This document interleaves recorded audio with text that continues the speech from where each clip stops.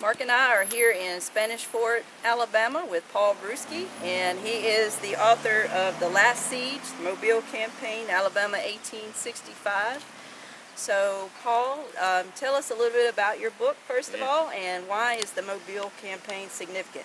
Well, it was the last major battle of the war. Fort Blakely was the last major assault, the largest land battle in the state of Alabama. Spanish Fort, where we are right here, was a part of that campaign for Mobile.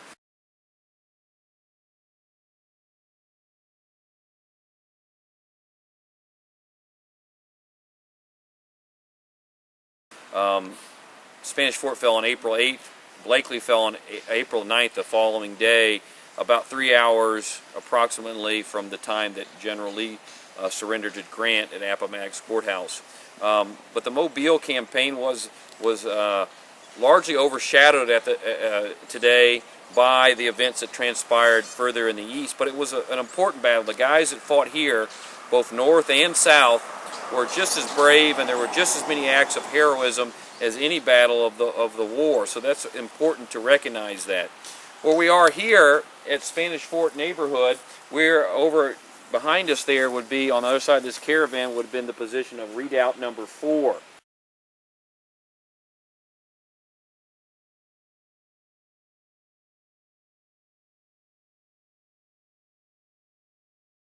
Opposite of redoubt number 4 is of interest. That was the position of Moore's brigade,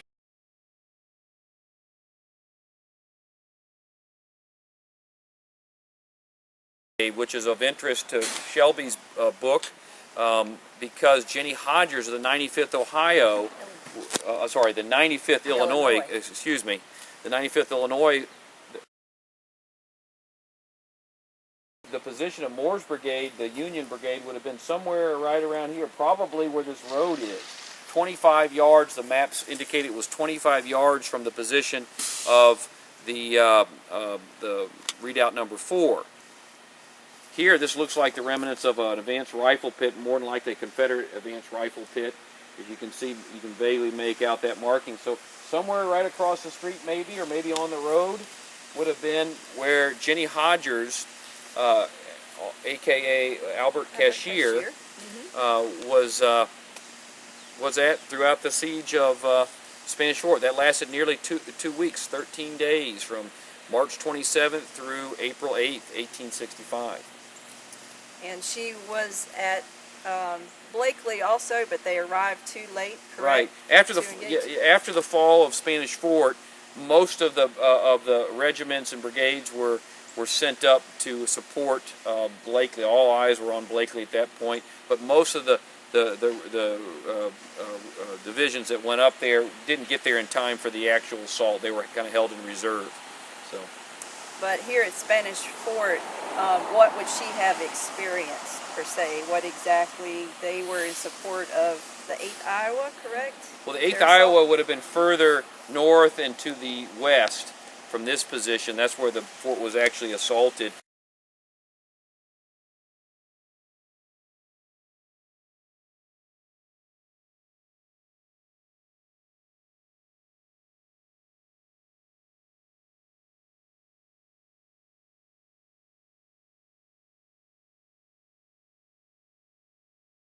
What she would have been experiencing throughout the 2 weeks would have been a lot of digging, a lot of manual labor.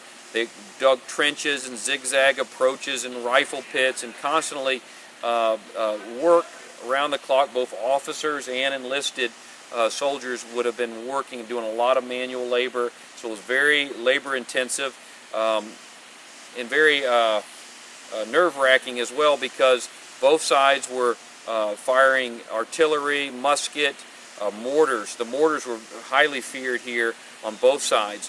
But interesting enough, the Union positions, these advanced rifle pits, the artillery positions were actually behind them, so they would be shooting shots over their heads towards the Confederates, and sometimes those artillery shells didn't go so far, and so they were, it would have been a very nerve-wracking experience being in these advanced skirmish lines and rifle pits because of the artillery fire and these mortar shells that would have been coming around you the whole time. And if you expose yourself even for a moment, you're going to get shot. So Right. So it's just a lot of emotional drain, mental drain. that's right. So Jenny Hodgers, of course, Albert Cashier, the 95th Illinois, was here, Spanish Fort. On the Confederate side, there was a woman who was captured. And Paul, this account was discovered too late, unfortunately, for your book, but I included it in my book, Behind the Rifle. A gentleman whose ancestor was in the 122nd Illinois approached me with this account and allowed me to share it in my book. Basically, he just talked about a Confederate woman being captured on March 26th. 1865 here in Spanish Fort. So, Paul, do you want to talk a little bit about who she might have been with?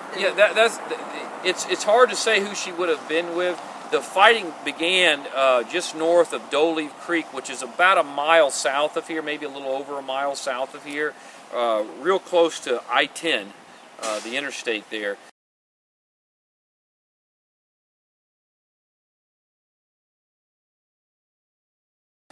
The Confederates had set up defensive positions there and were planning on attacking the 13th Army Corps there and fighting them in the open field. Little did they know, the 16th Army Corps, which Albert Cashier belonged to, was flanking to their left a lot faster than they had thought was possible, and they were at risk of having their left flank, so they decided to fall back into the defensive fortifications of Spanish Fort and Fort Blakely. If she was captured there, if she was a part of the cavalry, it would have been the 12th Mississippi, or maybe there was a few scouts from the 15th Confederate Cavalry, but also you would have had Cockrell's Missourians were down there at the time. On the 26th, they fell back to Blakely, and you also had Randall Lee Gibson's Louisiana Brigade, as well as Thomas's Alabama Reserves would have been down there ready to take on the federal columns under General Canby.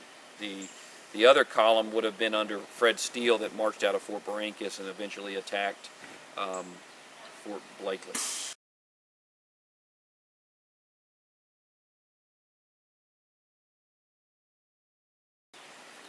And interesting about Cockrell's Brigade, if you read my book, then you know that there was at least one woman with the distinct possibility of one or two more already in that brigade. So that's interesting. There may have been another one here as well. But Paul, thank you for joining us today. Check out his book. It's a very good book. Mark and I have both read it. So very interesting study of the Mobile campaign, a very important campaign that you will enjoy learning about. So we will see you next time.